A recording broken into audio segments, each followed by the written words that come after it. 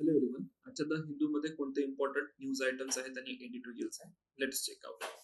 So front पेजला T Vijay यांनी शपथ घेतली आहे मुख्यमंत्रीपदाची, आणि ऑलरेडी 2-3 दिवसांपासून हा इश्यू चालू होता. गव्हर्नरचे त्यावर काही स्टेटमेंट होते. एक एडिटोरियल सुद्धा याच्यावर आलेला आहे. बघूया त्या एडिटोरियल मध्ये काय आहे.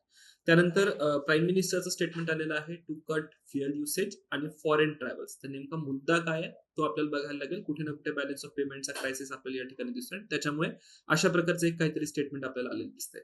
Moving on to the further page, या ठिकाणी एक खूप इंटरेस्टिंग कॉन्सेप्ट आलेली आहे, परफेक्शन हब किंवा प्रॉडक्ट परफेक्शन क्लस्टर. तर हे प्रॉडक्ट परफेक्शन क्लस्टर किंवा परफेक्शन हब्स काय, तर पर्टिक्युलर रिजन मधनं काही एक स्पेसिफिक प्रॉडक्ट येते, खूप चांगल्या क्वालिटीचं असावं, अशा प्रकारची एक आयडिया आपल्याला दिसते. आंध्र प्रदेशमध्ये अराकू चा एक रिजन आहे, किंवा खूप सारे असे लोकल रिजन्स आहेत जिथे काही काही प्रॉडक्ट्स येतात. तर तुम्ही हा पर्टिक्युलर पॉइंट जो आहे तुमच्या आन्सर्स मध्ये लिहू शकता रिगार्डिंग लोकल लेवलला डेव्हलपमेंट कशी करायची.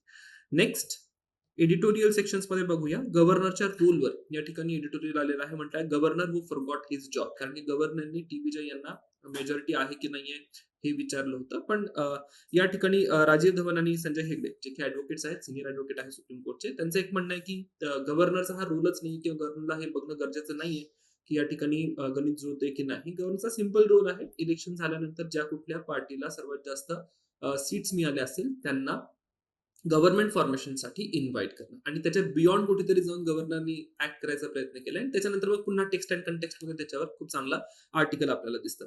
इंडिया साऊथ कोरियाच्या डिफेन्स इनोव्हेशन टाईजवर या ठिकाणी खूप चांगला आर्टिकल आलेला आहे. साऊथ कोरिया ट्रेडिशनली जाणलं जात नाही डिफेन्स प्रोडक्शनसाठी. वर्ल्ड वॉर 2 ची कुठली तरी हिस्ट्री तुम्हाला त्या ठिकाणी दिसेल regarding Japan and South Korea.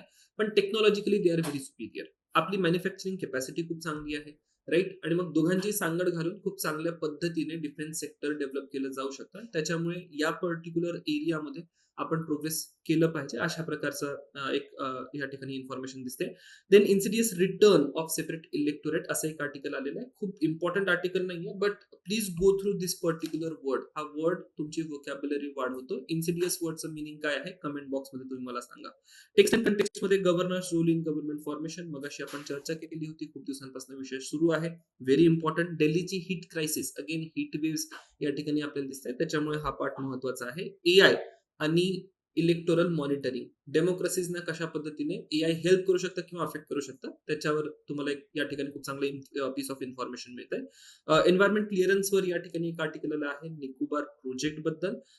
Further सांगायचं झालं तर या ठिकाणी एक लोकेशन आलेलं आहे हंटा व्हायरसच्या कंटेक्स्ट मध्ये. इथे कॅनरी आयलंड एक लोकेशन आहे, इम्पॉर्टंट लोकेशन आहे, मार्क करून ठेवा, आफ्रिकेच्या वेस्टला.